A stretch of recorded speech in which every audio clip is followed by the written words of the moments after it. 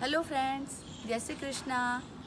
आइए आज फिर एक नई कहानी के साथ। अक्सर हमें लगता है कि काश हमने ये ना किया होता तो हमारे साथ ये नहीं होता, काश हमने वो नहीं किया होता तो शायद ये नहीं होता।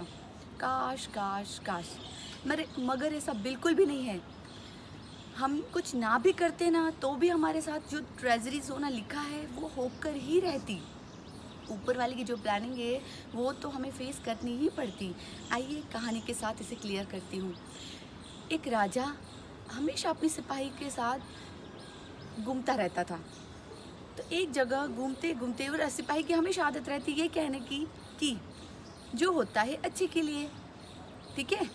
तो राजा के साथ घूमने जंगल में निकलता है। घूमते घूमते घूमते घूमते एक जगह पेड़ के नीचे दोनों खड़े रहते हैं। तो राजा के अंगूठे पे ऊपर से पौधे का कोई जो एक छीर या जो कहते हैं कि हार्ड पोर्शन रहता है वो अंगूठे पे गिर जाता है। तो वो घर आते, महल में आते हैं वापस, वैद्य को बुलाते हैं। वैद्य जी कहते हैं कि आपका अंगूठा काटना पड़ेगा। तो सैनिक की आदत रहती है ये कहने की कि जो होता है अच्छे के लिए। तो उसके मुंह से निकल जाता है कि कोई बात नहीं महाराज, जो हुआ अच्छे के लिए। तो महाराज एकदम गुस्से में आ जाते हैं और कहते हैं कि अब इसमें क्या अच्छा, मेरा अंगूठा कट गया और उसमें तुम ये कह रहे हो कि जो हुआ अच्छे के लिए। निकाल दो इस सैनिक को, नहीं चाहिए मुझे मेरे महल में ऐसा कोई व्यक्ति। ठीक है। थोड़े दिन बाद राजा अकेला सैर करने निकलता है। वो घूमते घूमते घूमते घूमते भी लोगों के एरिया में पहुंच जाता है। वहाँ वो लोग राह ही देखते रहते हैं कि कोई इंसान हमें बलि चढ़ाने के लिए मिल जाए।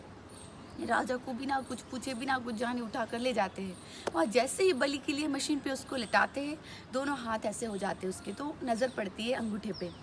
तो रोक दिया जाता है कि नहीं, ये खंडित व्यक्ति है, ये खंडित मूर्ति है, ये भगवान को नहीं चढ़ाई जाएगी।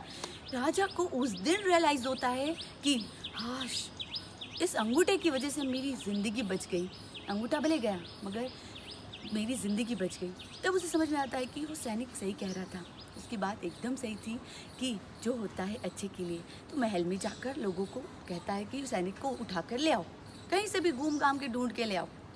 तो निकल पड़े ढूंढने, मिल गया, जंगल में ही टहल रहा था, घूम रहा था, उठा कर ले आए।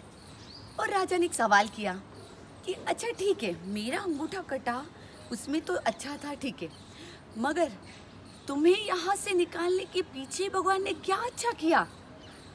अरे सर, अरे महाराज, अरे राजा, आप अभी भी नहीं समझे? अगर आज मैं आपके साथ होता तो आप तो बच जाते, मगर मैं तो कट जाता ना।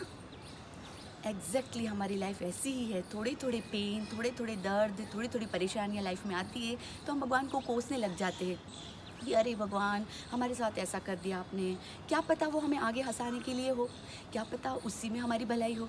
भगवान वो नहीं करता जो अच्छा होता है, भगवान वो करता है जो मेरे लिए, जो हमारे लिए अच्छा होता है। और फ्रेंड्स, हम कभी भी कोई भी अनबनाव या कभी भी कोई मनमुटाव रिश्तों में आ जाए तो उसे इट्स ओके करके, कोई बात नहीं, सामने वाला सॉरी कह रहा है, कोई बात नहीं करके एक्सेप्ट करके आगे बढ़ जाना। क्योंकि माफ़ करने से आप महान नहीं होंगे, माफ़ करने से आपके दिल में उस जगह से वो बोझ हट जाएगा जिसकी वजह से दूसरी अच्छी बातें वहाँ आ सके।